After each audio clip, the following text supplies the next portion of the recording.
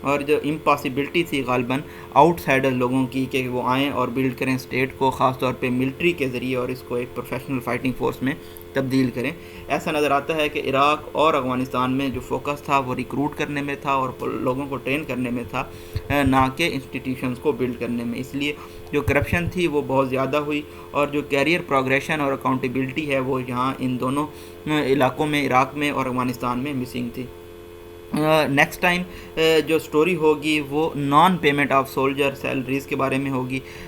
کسی کو اس بارے میں سوچنے کی ضرورت ہے کہ کس طرح سے جو ریلیونٹ ڈپارٹمنٹس تھے کابل میں وہ اس سے دور نکلنے میں، گیٹ اوے کرنے میں کامیاب ہو گئے اسٹیٹ افیئر سے. پارٹلی اگر ہم دیکھیں جو ٹرین کر رہے تھے اور جنہوں نے کریٹ کی ہیں فورسز کو، وہ ڈیپینڈنٹ تھے ان کے ریسورسز پہ، بجائے اس کے کہ پاسبل وہ ان چیزوں کو انڈیجینیسلی لے کر چلتے، یعنی کہ لوکلی لے کر چلتے. یو ایس کی ملٹری نے ڈیولپ کیا ایک ماڈل جس میں انہوں نے ایئر سپورٹ پرووائڈ کی، جو کہ ایک کروشیل اہم فیکٹر تھا افغان فورسز کے لیے.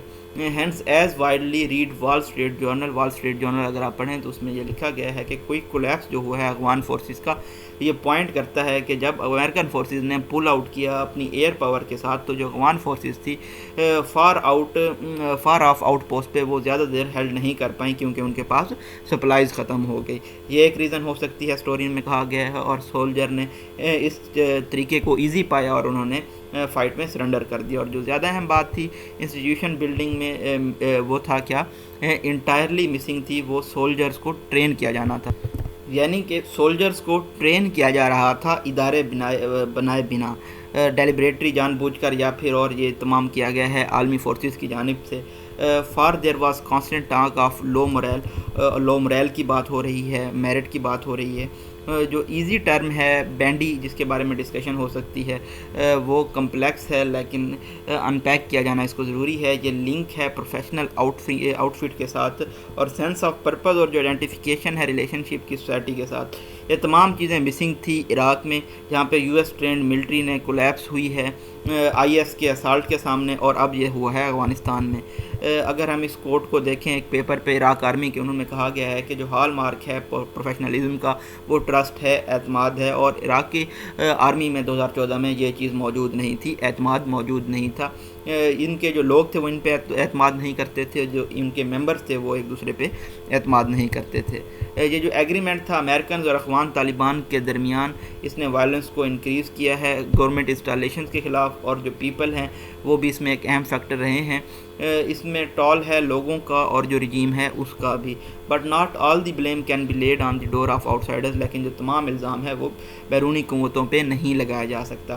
اشرف غنی اور جو اس کے ارد گرد لوگ تھے کابل میں، انہوں نے بھی کچھ زیادہ نہیں کیا اپنے کنٹری مین کے دل جیتنے کے لیے. اگر ہم نارتھ کی بات کریں، انہوں نے ایویڈ کیا ہے طالبان کے انفلوئنس کو پچھلے بار، اور جو کہ فیل کوئکلی ہو گیا تھا بہت زیادہ تیزی سے. اور ان کے کیوں ایسا بہت زیادہ تیزی سے یہ فیل ہوا ہے، کیونکہ اب جو ان کے تعلقات تھے نارتھ کے کابل کے ساتھ وہ کچھ اچھے زیادہ نہیں تھے.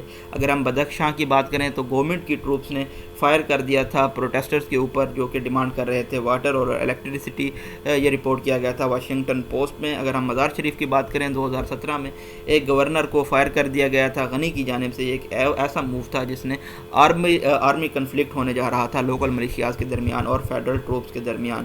جو فالٹ لائنز ہیں اور فشرز ہیں وہ بہت زیادہ ہیں، اور جو پریزنس ہے سپر پاور کی، اس نے ان تمام جو فالٹس اور فشرز تھے ان کو فل کر دیا تھا. جب یہ فورسز نے وڈرا کیا اور ان کا وڈرال فائنلائز ہوا تو وائڈ سپریڈ سینس تھا انیویٹیولی کا کہ طالبان ٹیک اوور کر لیں گے کچھ ہی دنوں میں. افغانستان کے اندر بھی اور عالمی قوتوں کو بھی یہ بات معلوم تھی. پرہیپس دس سمپلی کنونسڈ اور hastened everyone to give up the fight rather than opting for resistance. تو غالباً یہی بات تھی جس نے تمام لوگوں کو کنونس کیا ہے، اور انہوں نے بہت زیادہ جلدی میں گیو اپ کر دیا ہے فائٹ کو، بجائے اس کے کہ وہ مزاحمت کو اختیار کرتے.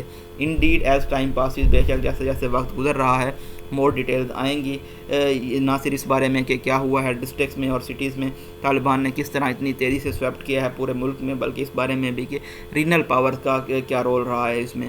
لیٹر کیٹیگری میں پاکستان خاص طور پہ اس سینشور سے نہیں بچ پائے گا. But the internal feelings are and will be story line, لیکن جو اندرونی ناکامیاں ہیں جو اسٹوری لائن ہوں گی، نہ کہ ایک صرف چیپٹر یا 2 چیپٹر ان پہ ہوگا، بلکہ اس پہ ایک پوری مکمل کہانی لکھی جائے گی، جس میں جو انٹرنل گورنمنٹس تھی افغانستان کی ان کی ناکامیوں کے بارے میں بتایا جائے گا۔